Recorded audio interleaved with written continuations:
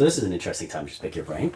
Now, tax-free savings, and I use ETFs or my S&P. I'm putting my own. I'm choosing my own investment vehicles. Yeah, yeah. Versus, what is it? The RESP for kids. For kids' school. Yeah. Let's say you have the 20 grand to Yeah. put into either one. Yeah.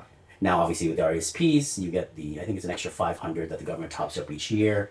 You put 2,500, they'll top it to 3 grand. That's sort of the limit they give you for the years. Yeah. Let's cross those 18 years or whatever. Sure. Let's say we do that, the traditional plan, versus saying, I still have the 25 to put 2,500 each year, and I put it in my own vehicle in tax-free savings. Because the one thing I see off the bat is I can use it for whatever I want. Sure. Whereas RSP is like, I think the clause is, if she doesn't go to school or my kid doesn't go to school, I have to give back the portion, the grant money. The grant money. Yeah. So what are your thoughts on and that? then your principal amount and the interest you grew and whatever's in there, your portion of it, right, would be rolled into your RSP when all is said and done, right? So the benefit of an RESP, obviously, the income taxes would be on the child. So being at a very low tax bracket, it would be negligible if anything, right?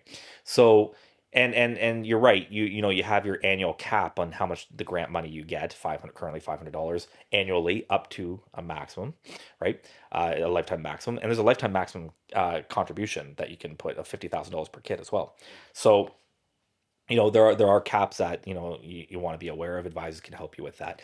But again, yes, the income is taxable, but it's taxable on the beneficiary, which would be the child, right? And again, in an RESP, you can invest in various types of investments, stocks, mutual funds, whatever, bonds, GICs, tax savings account, same thing, right? Bonds, GICs, mutual funds, stocks, ETFs, whatever. I shouldn't say whatever. There are certain things that you can't. And with a tax-free savings account and RESP, you can't do day trading either, right? So you got to be careful with that.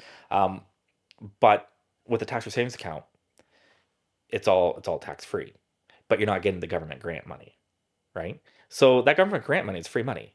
So for people who are specifically saving for an education, I would say probably an RESP they're better because you got money you're getting for the government that you're leaving on the table otherwise.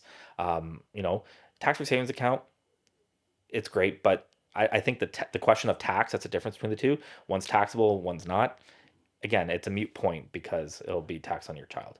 I guess the thought was some friends had wondered, like, well, what if my kid doesn't go to school? Yeah. But luckily, like you said, at least your principal and interest portion would roll to yourself. That's right. It would just roll into your RSP. Yeah. So that's good. Yeah. So you wouldn't lose it. No, you're not losing it. You're just losing. You're forfeiting the government grant money. Now, another on that same vein, you have parents whose kids do go to school, but maybe they don't use all of it. They don't use all the money, right? And if you didn't use all the money, hopefully you have an advisor who helps you use all the money.